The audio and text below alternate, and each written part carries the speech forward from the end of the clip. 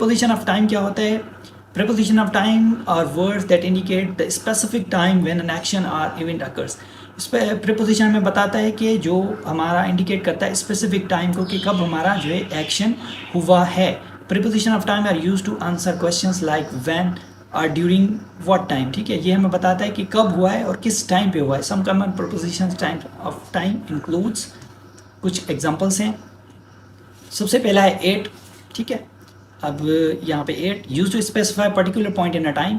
अब ये particular time के बारे में बताया, एक पर्टिकुलर पॉइंट बताता है। ठीक है, the party starts at 7 PM। Party जो है वो 7 बजे स्टार्ट हुई है। ठीक है, अब यहाँ पे हम 8 लगाएंगे। ठीक है, एक particular date indicate specific time when the party begins, मतलब स्पेसिफिक टाइम बताया उसने कि उसी टाइम ही पार्टी स्टार्ट होगी। उसके बाद इन है। ठीक है, use to refer to a period with which something happens. अब ये पीरियड के बारे में बताता है, मतलब टाइम के बताता है कि विद इन उसी टाइम में ये हुआ है। ठीक है, like she will visit her grand parents in July. वो जो है अपना जुलाई में जाएगी, मतलब जुलाई के बिल्कुल बता रहा है कि जुलाई में ही, मतलब पूरा का पूरा महीना है, वो जुलाई में किसी भी दिन जा सकती है। ठीक है, उसके बाद ये इंडिकेट कर, ये month during which will visit will take place in July.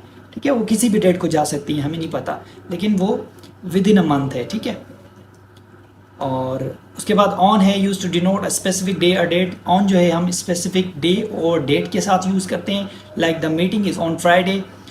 ठीक है, indicates the day when the meeting will occur. ठीक है, फ्राइडे को होगी।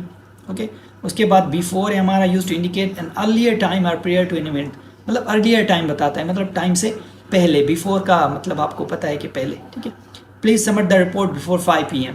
अब 5 बजे से अगर पहले रिपोर्ट सबमिट करवानी तो हम कहेंगे बिफोर 5 PM। ठीक है, अब बिफोर यहाँ पे स्पेसिफाई कर रहा है कि 5 PM जो टाइम है स्पेसिफिक टाइम है। ठीक है, उससे पहले आपने क्या करना है, रिपोर्ट जमा करवानी, with the report should be submitted.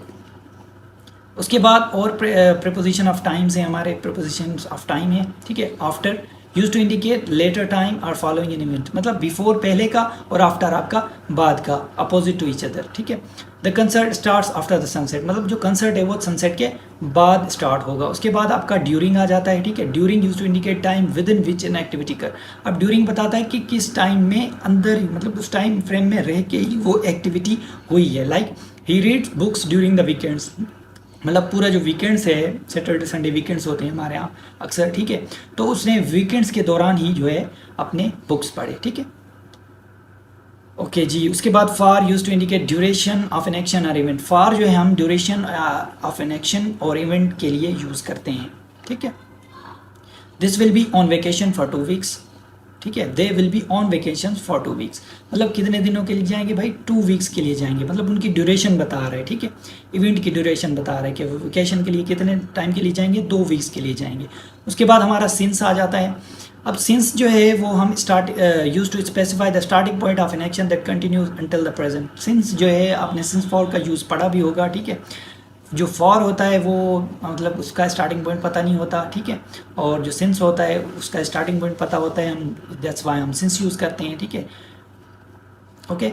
उसके बाद इसका एग्जांपल है, he has been working here since 2010। अब यहाँ पे स्टार्टिंग पॉइंट मिला हुआ है कि 2010 से वो यहाँ पे काम कर रहे हैं, तो 2010 क्या है आपका स्टार्टिंग पॉइंट है, एक मतलब क्लियर टाइम बताया हुआ है। ठीक है, अब यहाँ पे इंडिकेट कर रहा है कि स्टार्टिंग ईयर है 2010 है, जो कि मैंने आपको बताया। ठीक है, इसके साथ आपने हमेशा सिंस यूज़ करना है जब आपका स्टार्टिंग पॉइंट आपको पता हो। उसके बाद थ्रू आउट है, through out entire duration of period को जो है ना बताता है। ठीक है, किस तरह से fireworks are displayed throughout the night, मतलब जो पूरा का पूरा इवेंट है, पूरी की पूरी रात जो है ना वो फायरवर्क्स चले। ठीक है, तो यहाँ पे हम थ्रू आउट यूज़ करेंगे जब आपको पूरा का पूरे ड्यूरेशन, जो इंटायर ड्यूरेशन ऑफ पीरियड को अपना इंडिकेट करना हो तब हम यूज़ करते हैं। उसके बाद नंबर 10 है बाय। ठीक है, अब बाय जो है वो डेडलाइन को शो करता है, लेटेस्ट टाइम और फॉर कंप्लीट इन एक्शन। ठीक है, अब यहाँ पे मतलब बाय जो है क्या है, डेडलाइन को शो करता है, आपको इंडिकेट करता है। Please finish your assignment by tomorrow, मतलब आप अपनी असाइनमेंट पूरी करें बाय टुमारो। अक्सर हम यूनिवर्सिटी में पढ़ते हैं या फिर कॉलेज में पढ़ते हैं, हमें असाइनमेंट्स मिलती हैं तो सर वहाँ पे मैसेज लिख देते हैं, नीचे नोट डाल देते हैं कि बाय टुमारो। ठीक है, तो बाय टुमारो ही जमा करवाएं आप, तो वहाँ पे हम बाय यूज़ करते हैं। ठीक है, डेडलाइन के लिए फॉर कंप्लीटिंग द असाइनमेंट।